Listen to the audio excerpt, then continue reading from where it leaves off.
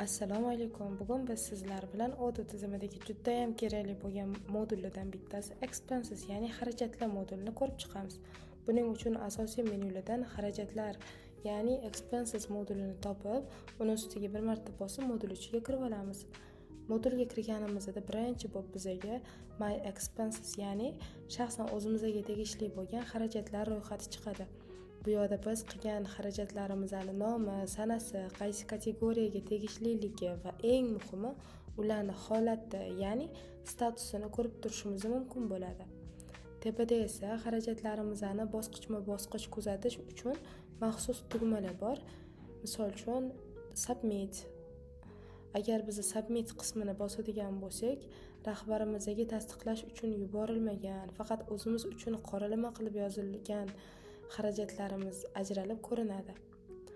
Waiting approval bo'limida bo'lsa rahbarimiz ko'rib chiqishini kutayotgan xarajatlarimiz turadi. Agar qidiruv menyusida filtrlarni o'chirib tashlasak, tizimdagi hamma xarajatlarni bitta katta ro'yxatda ham ko'rishimiz mumkin. Bu ro'yxatda o'zimizga qulay qilib turli ko'rinishlarga o'tkazishimiz mumkin. Misol uchun, yuqorida ko'rganingizdek o'ng tarafdagi kanban belgisini bossak, barcha xarajatlar chiroyli kartochkalar shakliga kelib, ancha tushunarli bo'ladi. Bu ko'rinishda har bir xarajatning statusi, ranglari bilan yaqqol ajralib turadi. Mashya xarajatlardan birini ichiga kirib ko'ramiz. Misol uchun, chair, ya'ni stullar xarajatini tanlaymiz. Agar biz bitta katta xarajatni bir nechta odamga yoki bo'limga bo'lib yubormoqchi bo'lsak, tepada split expense, ya'ni xarajatlarni bo'lish degan tugmani ustiga bosamiz. Xarajatlar mayda qismlarga taqsimlab yuboriladi shunda.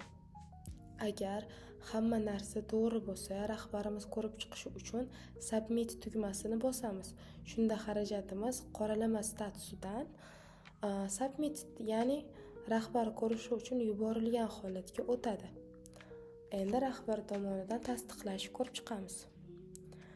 Endi buni rahbar ko'rib chiqadi va agar u buni ma'qullasa, approve tugmasini bosadi. Mana xarajatimizning tepasidagi statusi approved, ya'ni tasdiqlandi degan yashil rangi o'zgardi. Tasdiqlangan xarajatni buxgalteriya hisobiga qo'shishimiz kerak. Buning uchun Post Journal Entries tugmasini bosamiz.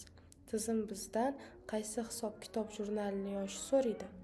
Kerakli jurnalni tanlab, yana bir bor tasdiqlaymiz. Endi xarajatimiz rasman buxgalteriyaga tushdi va status posted bo'ldi. Oxirgi qadamimiz bu xarajat uchun pulni to'lash. Bu uchun pay tugmasini bosamiz, ya'ni to'lash degan tugmani bosamiz.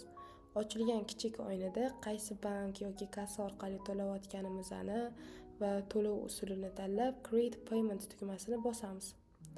Xarajatimiz ustiga chiroyli yashil rangda Paid degan marka paydo bo'ladi, ya'ni muhr bosiladi. Endi menyudan Expenses to Process, ya'ni tasdiqlanishi va to'lanishi kerak bo'lgan umumiy xarajatlar bo'limiga o'tamiz. Chap tomondagi filtrlar orqali biz xarajatlarning statusiga qarab qoralama, yuborilgan yoki refused, rad etilgan juda oson ajratib olishimiz mumkin. Shuningdek, qaysi xodim qancha xarajat qilayotganini ham ismlari bo'yicha alohida filtrlab ko'rish imkoniyati bor. Expenses modulining eng ajoyib joyi bu reporting va eng qiziq joyi ham shu, ya'ni hisobotlar qismi.